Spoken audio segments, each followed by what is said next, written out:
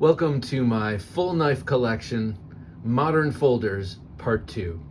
All right, I'm gonna pick back up with Spyderco. I forgot this one in the last video because it was in my pocket. This is the Spyderco Manix Lightweight in that nice dark blue-gray GRN. This was a gift in all of its S110V glory from the great and powerful Shane Gables. Thank you so much, Edgy American. He put a crazy edge on this one too. I love this knife and the action. A lot of sentimental value here. Speaking of which, next up, this is the Zero Tolerance 0200. My brother gave me this one, and this was his knife, and I was oohing and eyeing over it, and he just gave it to me because that's the kind of guy my brother is. Ken Onion design, contoured handles. They sure don't make them like this anymore, if they're making them at all. But just stout as the day is long. I love that recurve, serious Ken Onion look. Love the thumb ramp. Everything about this knife is extra. And what is this? S30V, I believe this was. Just a really durable, really badass knife. All that milling. All right, next up, from Ernest Emerson and Zero Tolerance, this is the 0640 with aftermarket micarta scales. This is based on his Viper 5 model, which is a pre-Emerson Knives custom tactical clip point blade with, I believe, a blade a little bit longer than this. This is about 3.75 inches. And I think that that old Viper, I think, was a full 4-inch blade. This is one of, it seems to be one of everyone's favorite Zero Tolerances, even though it came with that ugly split pea soup green carbon fiber and a kind of a not a great clip.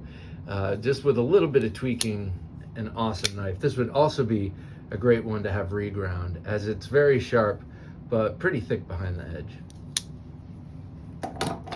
Also from Zero Tolerance and Ernest Emerson is the 0630. Can never keep these numbers straight.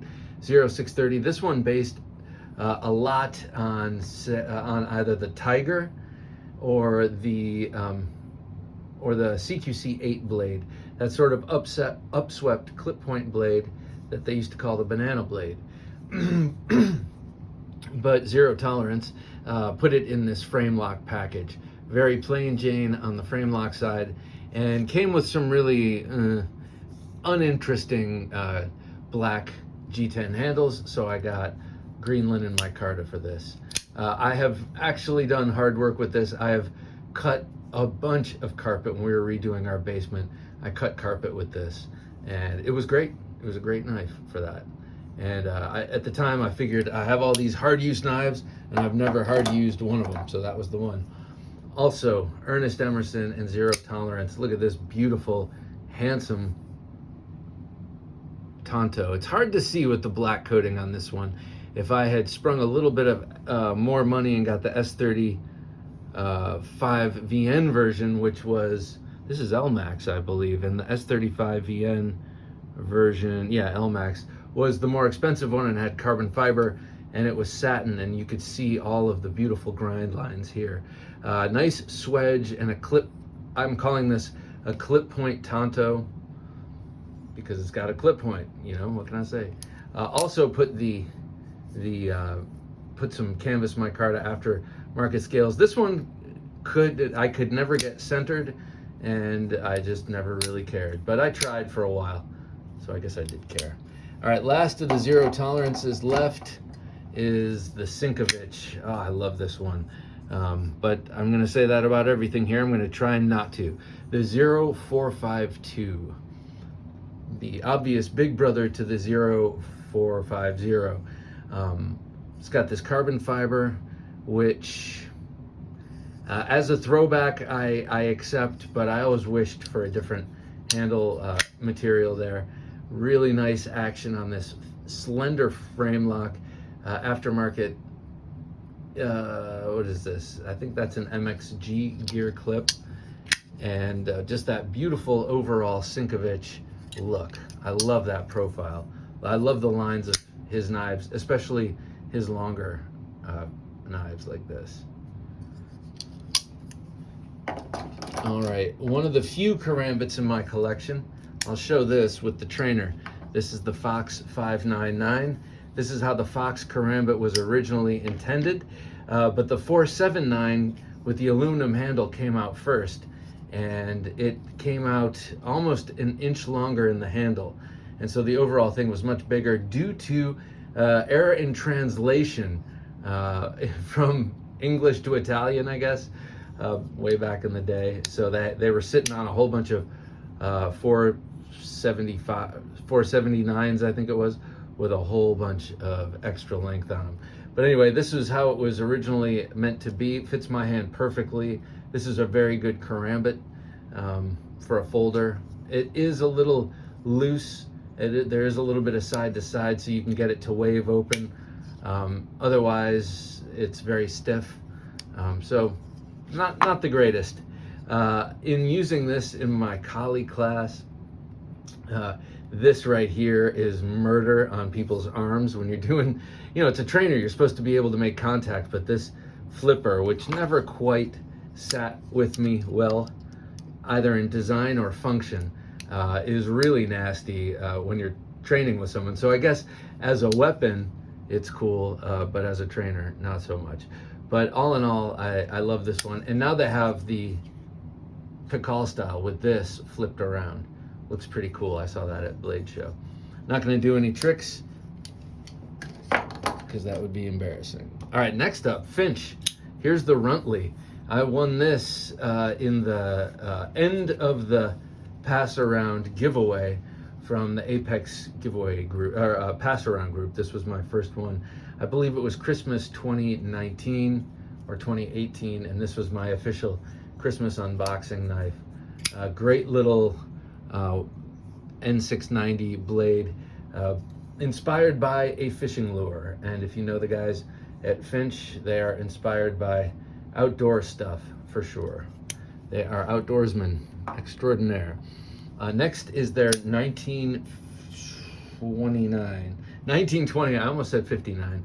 A beautiful scalpel-like blade. This clip point is very thin and sharp, and the shape of it reminds me a bit of a scalpel. This in that beautiful worm nightcrawler bone is just beautiful. Let me see if I can get more light on that. Nope. All right, well, I really like that bone color, nice and red. And this is you'll find that Finch knives come in two dress, the all one handle material, usually G10, or the bolster setup. They always have that awesome little clip or flipper tab. All right, next up is the Drifter, a beautiful little clip point blade. I'd love to see this as a Bowie, and I think they're actually doing that as a fixed blade. Really nice clip point blade, very small package. Great flipping, just drop shot action, even on a tiny little blade like that. So just really great little knife. And then it's very suiting to have that coffin shaped handle in wood. Speaking of wood, here's another. This is the Elephant Toe, and again, it's based on this one is based on a very popular slip joint model that, though I first heard it was for seafarers who would use this to pound, put this on a big ship's rope and hit it on the back with a mallet, and you're cutting through rope really quickly. That's what I thought these big Elephant Toe style knives were for, but turns out they were really big with Midwestern traveling salesmen for some reason, the big Elephant Toe style knife. So this is probably my favorite Finch, and this one is actually in titanium. So it's a pricier one and a little bit more premium. This in 154 cm, which is the blade steel they prefer. And I gotta say, that doesn't make me sad because I love 154 cm. You'll see that also on this harvester. Yes, indeed. So you have this polished micarta, and this, in this case, a steel frame lock, steel bolster lock, that really dramatically downward raked straight edge for just insane utility cutting, and just great leverage with that downward angled straight edge. Also, if you're cutting towards you rope or something, you're trapping that material in that shape. This was their first tip of the hat to the sod buster, but since this knife they had another one, at least one other, in the Chernobyl. And next is the Holiday, not like Holiday Inn, but Doc Holiday, a great little gentleman's EDC based on the doctor's knife with its parallel lines and squared off pommel, but also a tribute to Doc Holiday, because one of the two designers, Spencer or Steve, I can't remember who, their father was really into the historical figure of Doc Holiday, so named this really nice Wharncliffe after him. But I also contend that this is, so far, at least in what I have, the most self-defense-y of the Finch knives, just in terms of having a knife that's just a great, charming, like all Finch knives, charming, all-around great utility knife, but that you could turn to, self-defense purposes. That would be this one. This next one would be no slouch, though. This is the Devil's Finger in this really nice red, bright red canvas micarta. Nice big knife. I like the belly on this one and the near spear point shape, but that point, keeping the point down low, which makes it easier to use the tip for pull cuts and drag cuts and all that kind of stuff. Really nice 154 cm blade, also bigger, so also would make a pretty decent self-defense option if heaven forbid you needed it. And then lastly, in my Finch lineup, I am pretty far behind with the Finch knives, is the Cimarron. This one, I love the color combination of the G10. This comes in 4 color combinations. This gray and yellow, it comes in black and red, blue and green, and then olive drab and orange. Long, slender 154 cm blade, hides completely in the handle. And like all Finch knives, it has this sapphire crystal coming straight out of the watch world with a luminescent F. If I could make it dark enough here, you would see that F glows. And it does on all of them. So cool little badge. So that's it for my Finch knives, and now I move on to my Emerson knives. This knife, Emerson Commander from 2000 AD, that is. This was one of my very first purchases online ever, one of my first knife center purchases, and I always like to tell the story about I didn't understand that when I bought it, it wasn't going to arrive the next day, because up until that point I had ordered, say, a couple of other things online, like a Macintosh and a couple of other things, and they just showed up the next day. So I thought, you order an Emerson Commander from Knife Center and it shows up the next day. Well, it didn't show up the next day, nor the next, and then it was a long time and I almost forgot about it. And then one day it showed up at my desk at work. This knife that I could way not afford when I bought it, but did anyway. I love this thing. It's that dramatic recurve. I had just gotten into recurves and Filipino martial arts when I discovered this, and just thought, man, there's someone out there who understands me, this Emerson guy. And then I learned about the wave, and I was hooked.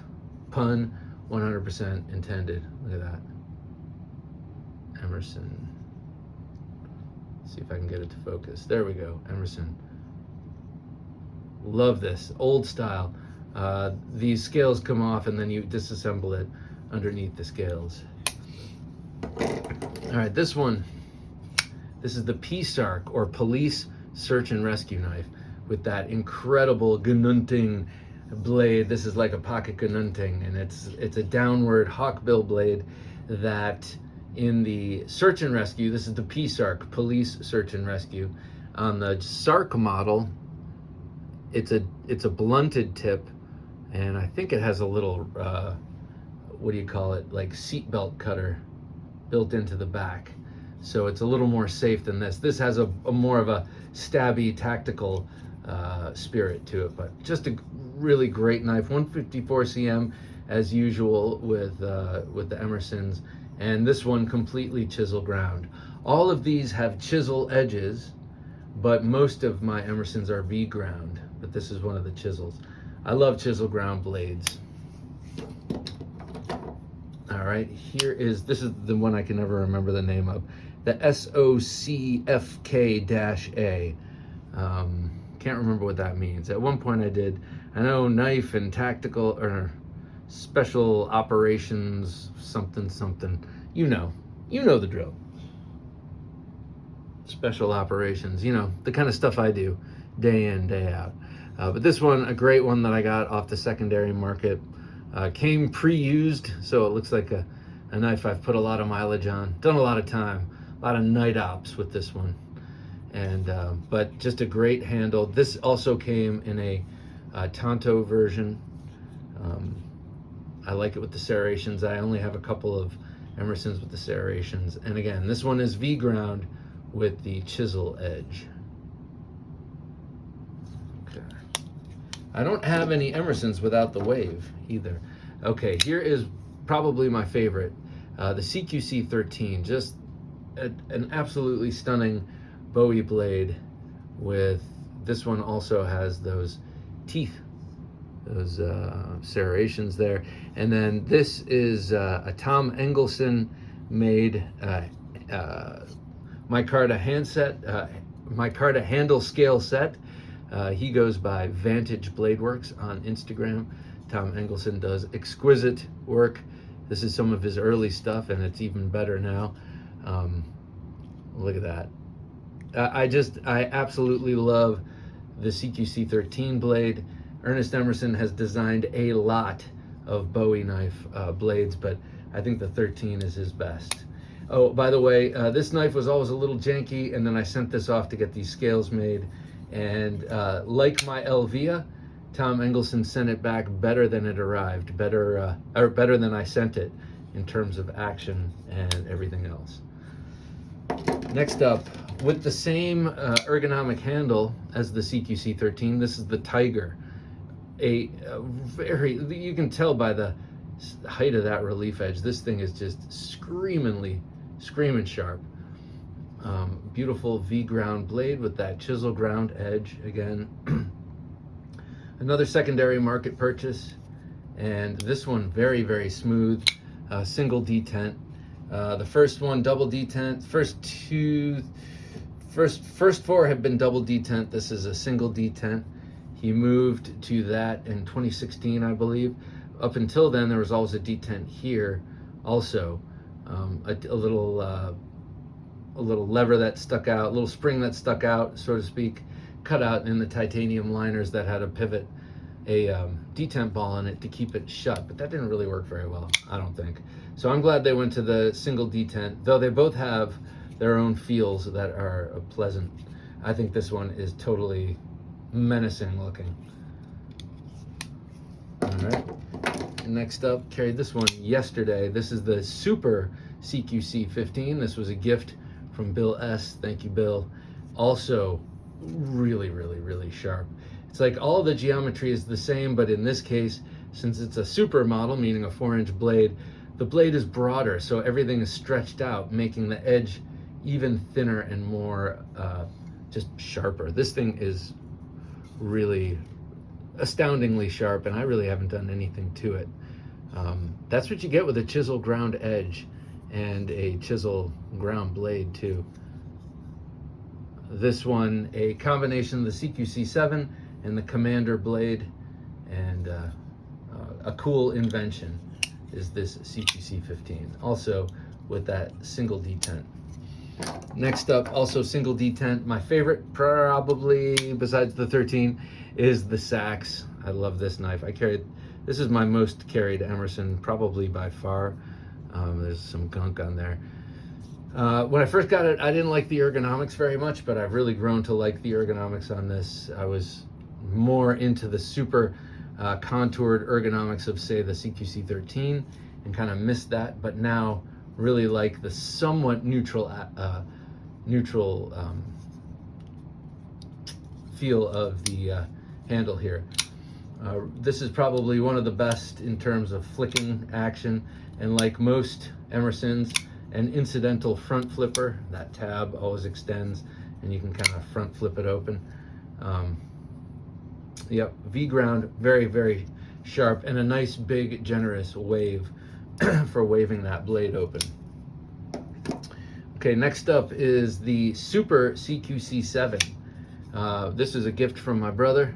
He bought this at auction here on the channel, which was nice, and then which was generous, and then he gave it to me in a secondary bout of generosity. But it was about a year and a half later when I was oohing and ahhing over it, much like when he gave me this one. He's like, just take it. Just take it. I don't care. Yes, just take it, Bob. I know you want it more. Just take the damn thing. Okay, thanks, Vic. And nice big wave on this one. This one is taking a little bit to break in, is in amazing shape. This one was also a gift to the channel. I believe that was Bill S. also. Or maybe that was, I can't remember who gave that. Sorry. But this was a gift from my brother for my like 48th birthday or 46th, 45th something.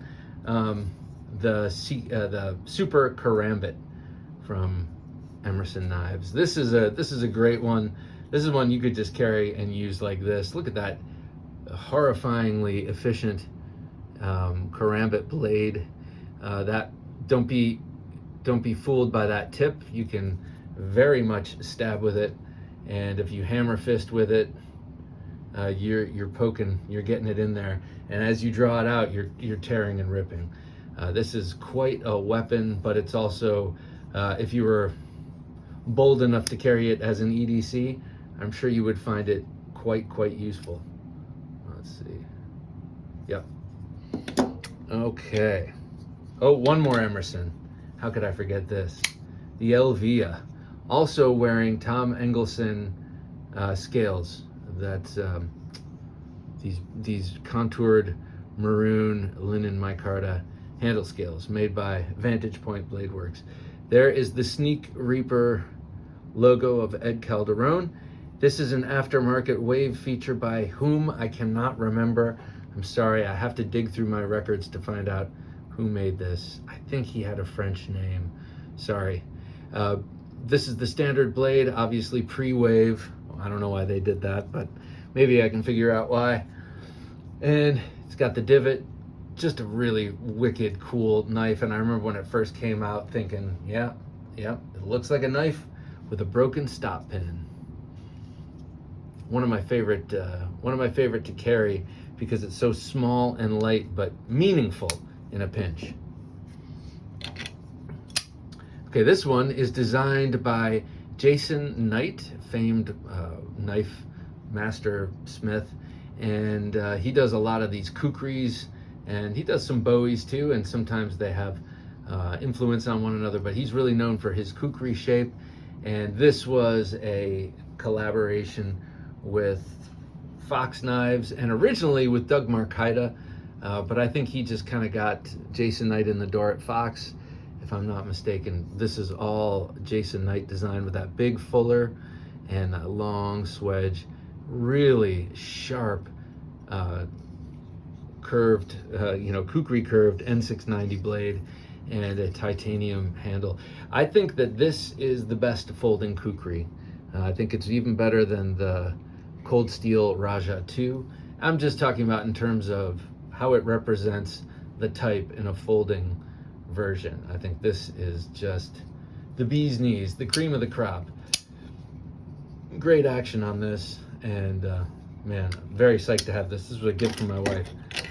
Next up, the Combative Edge M1. Combative Edge, you see them, they're a small batch company. One guy, I can't remember his name, but he's a martial artist and designed some really cool knives. This was his very first one, and this was made by Lion Steel, I believe. But just a beautiful knife. tactical as the day is long. Before flipper meant deployment and meant more finger guard. So I don't really use the flipper except to, I just use my wrist to get this thing open. But I love it, and I'll never get rid of this. You got that nice recurve, just tactical through and through, and also very thin. It does have that big goofy lion steel clip on it though. Next up is the Jason Schwartz designed Millet Knives produced mass drop when they were mass drop distributed Perpetua. Okay, lots to that.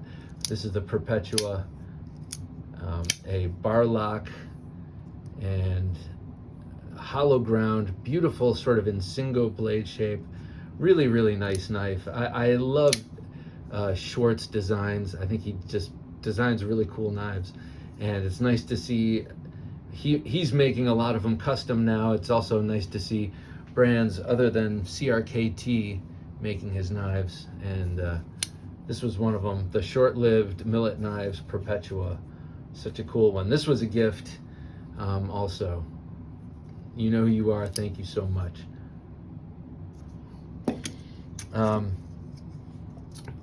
From Doug Ritter, I got this one. This is the RSK, the mini RSK Mark I with that purple G Mascus. Really cool knife, just a great knife in 20 CV blade steel. I had a large one. I gave that to someone, and then didn't have one for a minute, and Mr. Ritter sent this to me. I greatly appreciate it. I replaced the clip. I'm not crazy about Hogue clips. I would say their clips are their weak point thus far. In a very, very, very strong knife game, I would say some of their clips are not great. Great action on this Axis style lock. They call it the Able lock, which is ambidextrous bar lock enhanced. And I would say they enhanced it pretty well. Great knife. Used to be the Benchmade Ritter Griptilian. Now the mini RSK Mark I from Hogue. Speaking of Benchmade, I don't have too many of them. As a matter of fact, I have like 2 of them. And this is my favorite of the 2. This is the Bug Out with the Allen Putnam aftermarket canvas micarta scales and a Snaggletooth MF. This does a lot of time in my winter coat on the inside pocket, and so I figured I'd wave it in case I had to wave it open. You know, someone says, "Give me your wallet," and I'm like, yeah, I keep my wallet right in here next to my waved Bug Out, and then they shoot me and laugh and run away and take the nothing that's in my wallet. But yeah, that's the plan anyway, with that wave. Very cool. I like the way it matches the standoffs. Great knife, so thin, so light, so capable. This is a great one with gym shorts or very, very light apparel. And here is my mini Griptilian, Mel Pardue designed mini Griptilian with the advanced weapons technology anodized aluminum handle scales with the pink backspacer, because when I got this, I was like, I'll give it to my daughter when she's older. But now I've given her a bunch, and I have so many knives here, and they actually ask if they can have them, you know, in the will, so to speak. So I don't know if they'll go for this, but I always like that color combination of the gunmetal gray and that sort of anodized rose, shall we call it. Great knife. This one I practiced sharpening on, got it really sharp. 154 cm on these great Griptilians. Okay, well, we're moving on to the off-grid knives, and that's but before we get there, I want to show you these 4 knives that are new to my collection, that just came in not too long ago from Ocaso Knives. Ocaso Knives is the brainchild of Rick Valdez, a Cold Steel alum who, once the GSM sale happened, struck out on his own and started his own company of knives based on all of his know-how and his connections, but based on his own personal style. And he is a dapper dude and a very, very much a stylish man, and And so this is the first of the knives coming out from his company, and they are gentleman knives, and they are designed by Andrew Demko, and they are awesome. Today I just carried, here, let me get the focus going. There we go. This is the Solstice, and it is a titanium and S35 VN liner lock that rockets out, that drops in. And this is the black, it's sort of a bronze, a dark bronze version, but the blacked out version here. This is the one I've been carrying. I carried this one today in my front right pocket. And this, I swear to God, these knives, this, and I carried this one the other day in my gym shorts, but they are like scalpels. I use that word, but these really are interestingly sharp. They are so sharp. They're way sharper than I thought they were, just by touching it with my thumb or whatever. And the proof is in the pudding. But this one is my favorite so far. The action is just butter, and the titanium gives it a nice weight.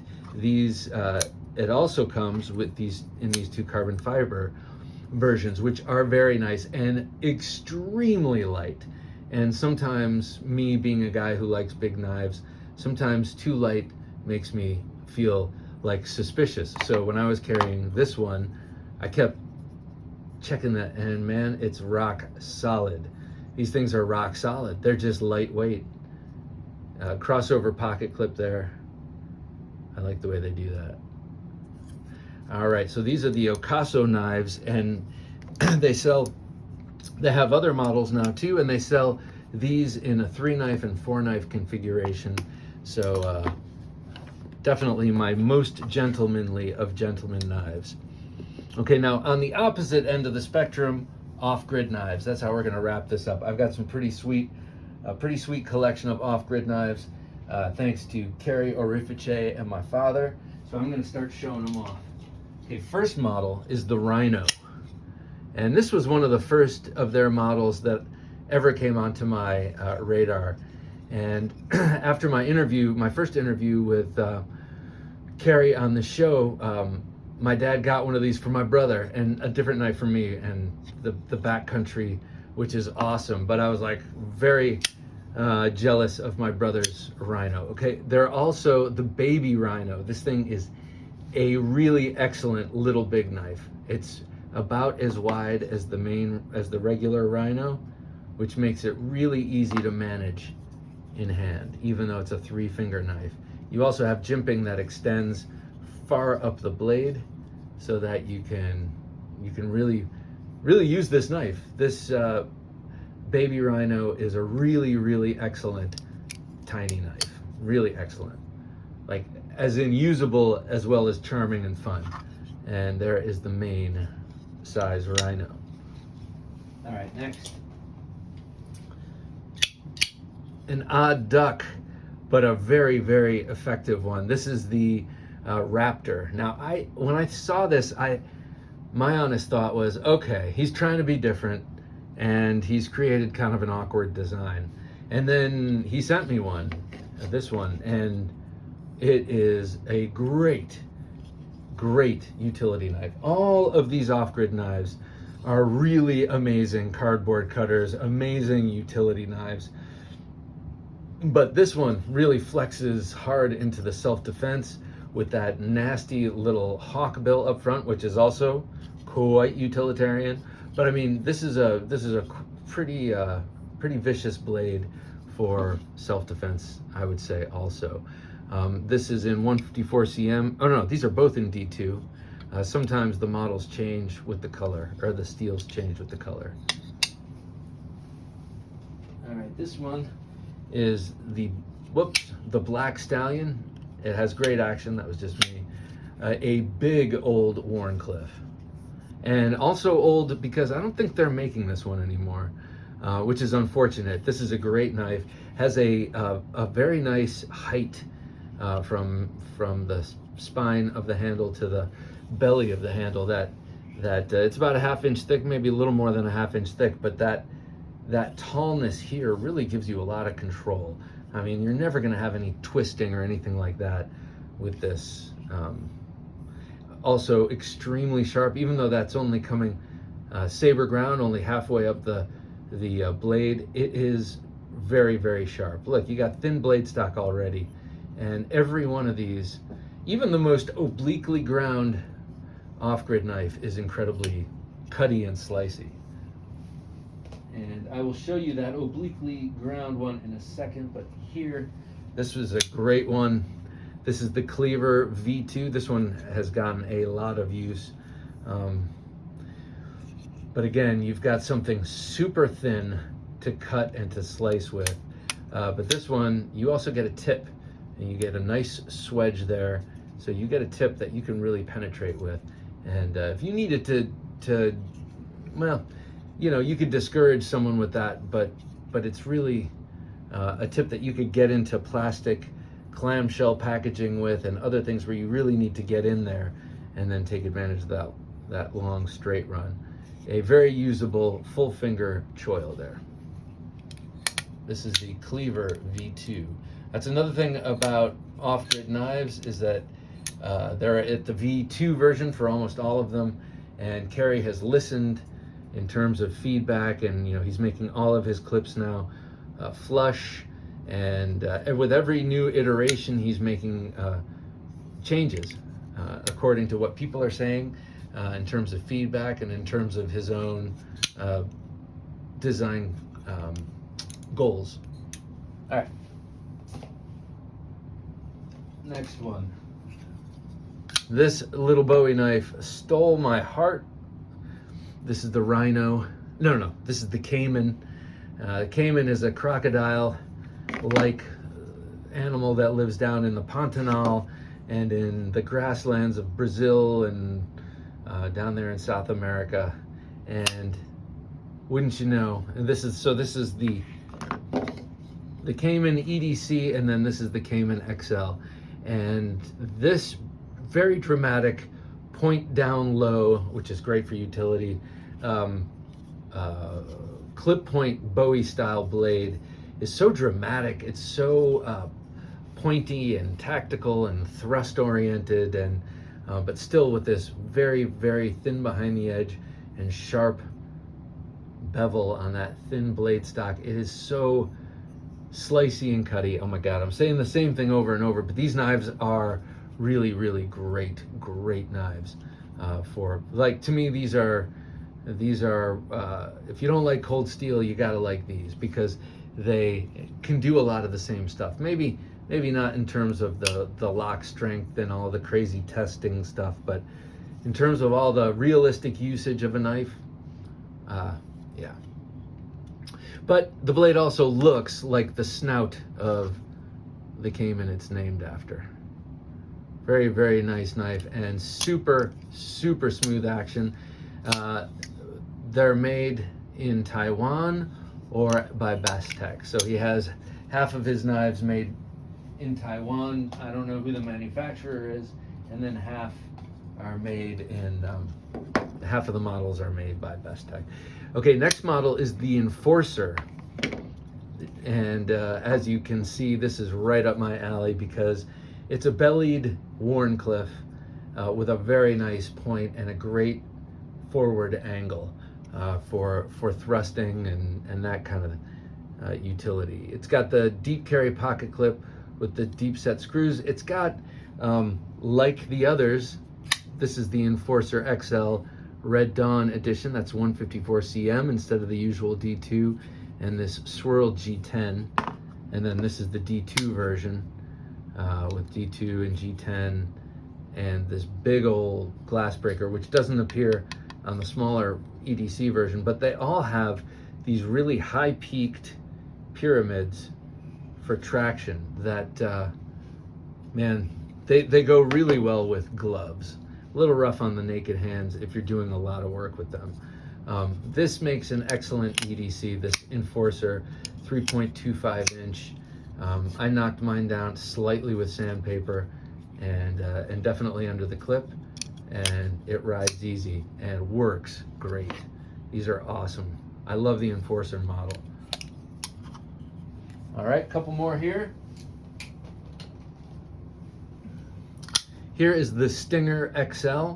This is the one that I said even the most acutely, or the most obliquely ground off-grid knives are super sharp and acute, and this is the one I was referring to. You can see the swedge grind is taller than the main bevel, and yet still it is very, very sharp. Just slips through cardboard, slips through material. So yeah, they just do a great job with their blade geometry. This is such a gorgeous one. It looks very militaristic to me. It looks like a classic military knife. A nearly contoured handle. It's because the chamfers are so broad and that the treatment of the handle itself is so soft. The whole thing seems contoured over.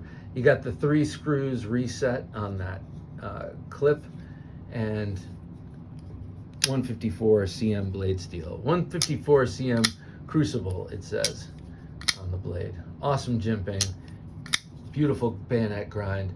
He just announced, Kerry just announced an EDC version of this, so you can expect, instead of 4 inches, 3.25 inches, and the whole thing is a smaller package, and the blade is full flat ground instead of that cool bayonet grind. Right, this one is the Viper, the Viper V2 that just came out not too long ago. He changed the blade shape. It used to be hollow ground here and the tip was higher up, but it had that same old, not same old, but that really cool traditional style file work-esque pattern on the back of the blade, which he doubled down with the jimping. So I really like that, and made more of a gladius-like tip and moved the tip downward, so that center line with pocket clip and the pivot. So you get a lot of benefits of the tip without having the tip way up here like on a trailing point Tonto. Again, you get that feeling of contour with the large chamfers. This one has gotten a lot of carry and use and is the perfect size. It's slightly smaller than that Stinger XL. All right, last two. Here's the Black Mamba 2, very much like the Enforcer, but in titanium. This one was made by Bestech. You've got that beautifully dimpled golf ball sort of pattern there. That feels good and it looks good. You've got the semi-file, like old school file work pattern on the back that doubles as jimping or gription there. And you've got M390 blade steel. This is a top of the line off-grid knife, and this is a great carry and a great user. All right, last one is the Scorpion. The Scorpion. This one was made by We. Now they're being made by Bestech, as far as I know, unless they've moved to Taiwan. But this is the very first iteration of this knife, and they were made by We Knives at the time. It's a great knife. Reminds me, I always say this, but when I look at them side to side, they don't really vibe the same. But to me, it reminds me a little bit of the SOCOM Elite by Microtech, and this has great action, titanium and that basket weave carbon fiber inlaid on that black titanium frame. All right, well, thanks for watching this. Next to come, I'm gonna finish up the modern folders. That's not including the cold steel modern folders. They will get a video of their own. And then after that, it's on to slip joints. And then after that, it's on to fixed blades. So this is gonna take me a while. But thanks for watching, and hang in there.